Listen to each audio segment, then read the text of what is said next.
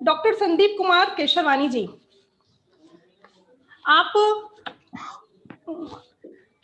सहायक प्राध्यापक शिक्षा विभाग के जीएनएस विश्वविद्यालय सासाराम बिहार के हैं। सर, हम आपका व्याख्यान सुनना चाहते हैं। आप वर्तमान में जीएनएस विश्वविद्यालय सासाराम से हैं। आपका कार्यानुभव लगभग 12 वर्ष का है। स्वामी विवेकानंद जी एवं स्वामी दयानंद जी के आप स्वयं फॉलोवर हैं। आप स्वयं वैदिक परंपरा के अनुगामी हैं। मैं आपका आभार प्रदर्शन करती हूँ कि सर आपने यह विश्वविद्यालय में अपने विचार उद्घाटित करने जा रहे हैं। स्वागत है सर, अभिनंदन है। आप अपना व्याख्यान धन्यवाद मैडम। परम पूज्य महर्षि योगी संस्थापक एवं प्रथम कुलाधिपति को बार बार नमन करता हूँ। वर्तमान कुलाधिपति ब्रह्मचारी डॉक्टर गिरीश जी, विश्वविख्यात शिक्षाविद, दक्ष प्रशासनिक, वैदिक ज्ञान के विद्वान और एक सिद्ध साधक को मैं बार बार नमन करता हूँ। कुलपति प्रोफेसर भुवनेश शर्मा जी को मैं प्रणाम व वंदन करता हूँ। रजिस्ट्रार श्री अरविंद जी राजपूत सिंह जी को मेरा प्रणाम। दूरस्थ शिक्षा की निदेशक श्रीमती नमिता पाठक जी को मैं नमन करता हूँ। आज का जो विषय है वैदिक approaches in management for sustainable development, ये विषय बहुत ही महत्वपूर्ण है कि मैनेजमेंट में वैदिक अप्रोचेस क्या होने चाहिए और उनकी क्या महत्व है हमारे प्रबंधन में। उस बात को मैं बताना चाहूंगा, 3 मुख्य बिंदुओं से बताना चाहूंगा। पहला बिंदु मेरा जो होगा वैदिक टीचिंग की इंपॉर्टेंस के बारे में होगा। दूसरा होगा प्रॉब्लम ऑफ मॉडर्न टीचिंग में क्या क्या समस्याएं हैं, और तीसरा यहाँ पे क्या होना चाहिए। अगर हम वैदिक टीचिंग की बात करें, वैदिक अप्रोचेस की बात करें, तो वैदिक टीचिंग हमारा मुख्यतः 3 स्तरों पे था। एक आध्यात्मिक, दूसरा आदि भौतिक और तीसरा आदि दैहिक।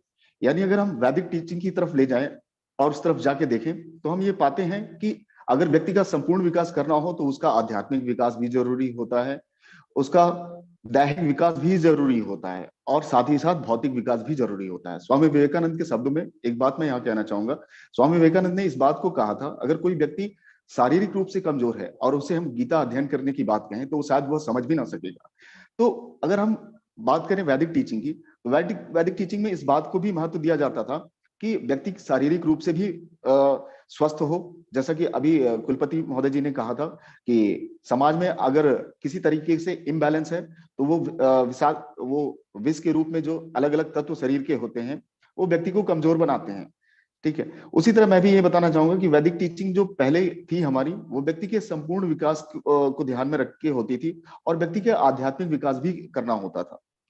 मुझे लगता है जब तक व्यक्ति आध्यात्मिक नहीं होता, व्यक्ति वह पूर्ण नहीं होता, क्योंकि जब वह अध्यात्म से जुड़ता है, अध्यात्म से जुड़ने का मतलब होता है कि वह अपने आप से जुड़े। और एक्चुअल में आप हैं क्या? आप वो संपूर्ण आत्मा है जो इस पूरे संसार में व्याप्त है। तो जब आप अपनी आत्मा से जुड़ते हैं तो आप पूरे संसार से जुड़ते हैं, और जब आप संसार से जुड़ते हैं तब आपको संसार में मौजूद हर चीजों के महत्व की सारी महत्व ध्यान में आने लगते हैं और आप उनका महत्व अपने ध्यान में रखना भी शुरू करते हैं।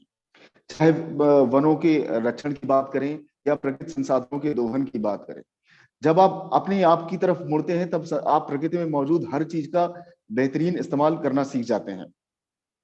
अगर हम बात करते हैं भौतिक विकास की, तो अगर हम वैदिक टीचिंग की तरफ जाएं तो हम देखें कि उसमें भौतिक संसाधन जुटाने की भी बात कही है, लेकिन उसमें इतना ही कहा गया व्यक्ति को जितना जरूरत हो उतना ही वह इकट्ठा करे, इससे इतना ज्यादा ना कर ले कि वो संसार में अस्थिरता पैदा हो जाए और व्यक्ति और समाज का असंतुलन पैदा हो जाए।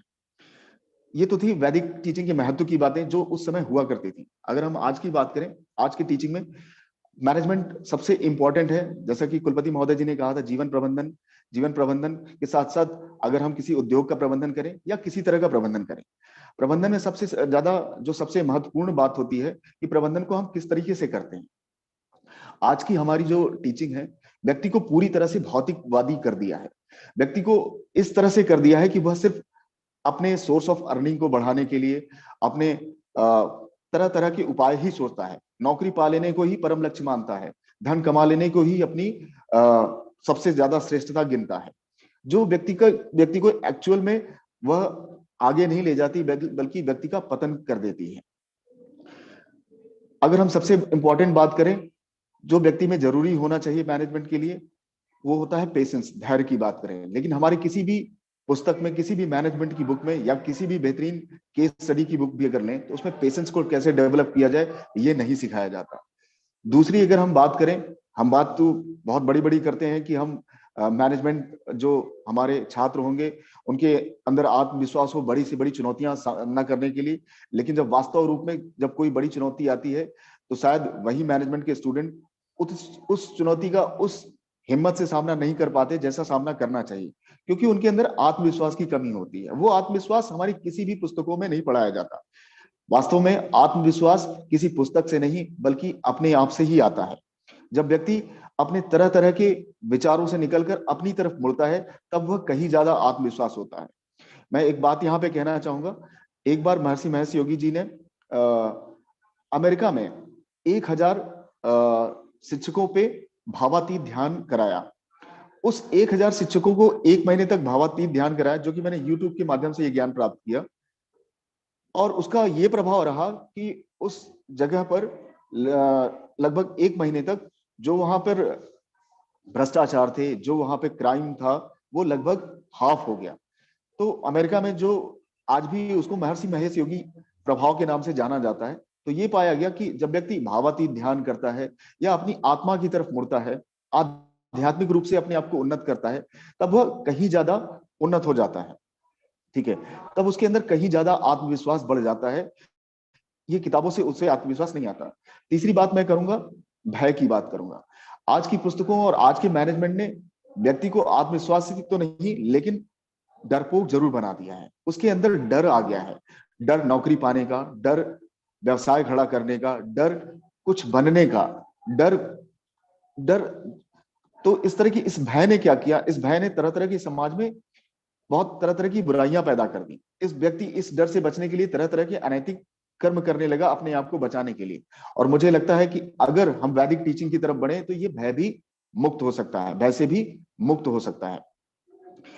तीसरी बात मैं यहाँ पे कहना चाहूंगा, यहाँ पर एक बार स्वामी विवेकानंद जी ने कहा था कि अगर हमें व्यक्ति को शिक्षित करना है तो हम उसे तरह तरह के विचारों से ना ठूस दें, बल्कि हर व्यक्ति को एक तरह का मौका दिया जाना चाहिए ताकि वो उसी में विकास करे। व्यक्ति को हम उसके नेगेटिव पहलू के बारे में ना बता के उसके सकारात्मक पहलू के बारे में बताकर उसे प्रेरित करें तो वह कहीं ज्यादा उन्नत हो जाएगा। स्वामी विवेकानंद जी ने एक बात और कही थी कि वास्तव में व्यक्ति, जो डर वाली बात मैंने कही थी, मैं फिर से यहाँ पे उसको पुनः कहना चाहूंगा।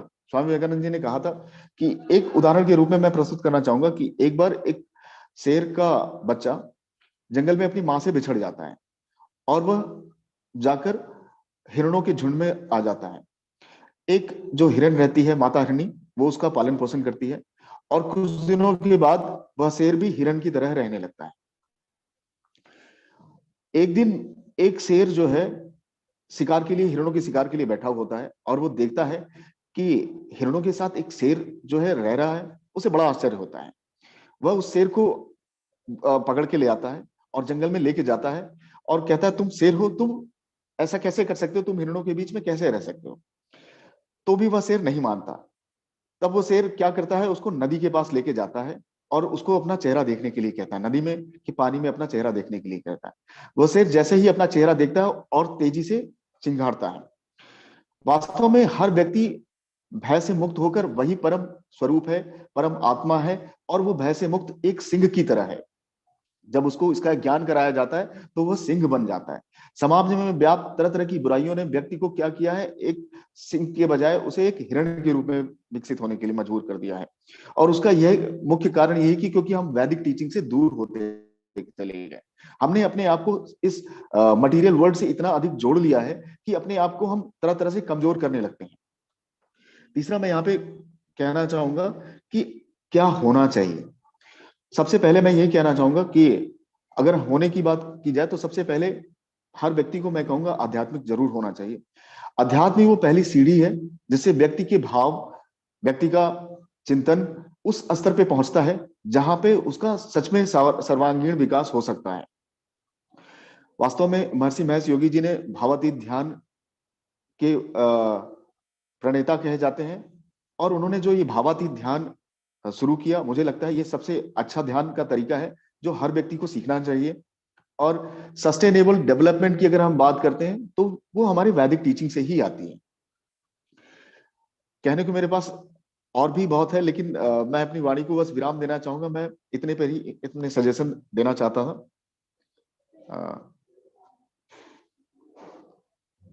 धन्यवाद आनंद सर, धन्यवाद शशि कुमार ओझा सर मुझे यहाँ पे बुलाने के लिए। Hello Sudeshi ma'am.